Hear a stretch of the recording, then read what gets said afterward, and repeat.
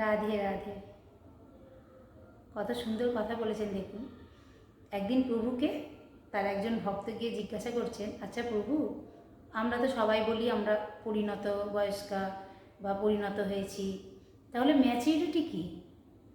তখন প্রভু উত্তর দিচ্ছেন যে ম্যাচুরিটি হলো সেটাই, যেই দিন তুমি অনুধাবন করবে যে কোনো মানুষকে বোঝানো আমাদের পক্ষে সম্ভব নয়। মানে যে কোনো মানুষকে যদি আমরা বোঝাই, কখনোই সে বুঝবে না।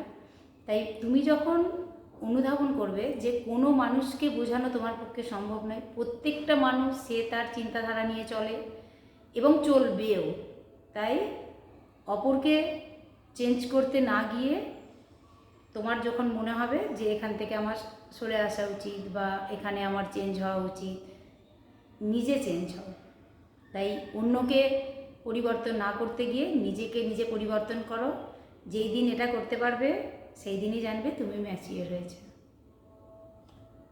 রাধে রাধে।